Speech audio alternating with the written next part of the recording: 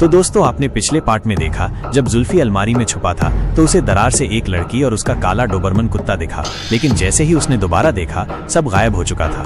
अब आगे क्या हुआ, चलो जानते हैं। सोचो, अगर तुम्हारे सामने अचानक कोई किताब आ जाए जिसमें लिखा हो तुम्हारा नाम और उसके बाद तुम्हारी मौत का तरीका।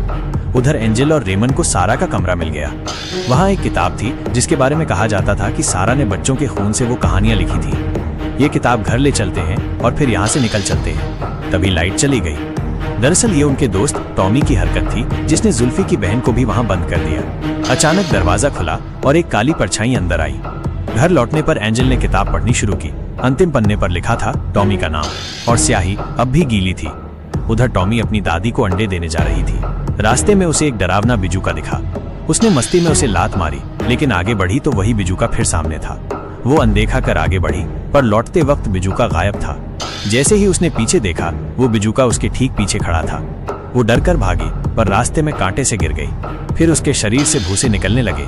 कुछ ही पलों में वो भी एक बिजूका बन गई। अगले दिन एंजल वहां पहुंची और देखा टॉमी अब बिजूका बन चुकी थी।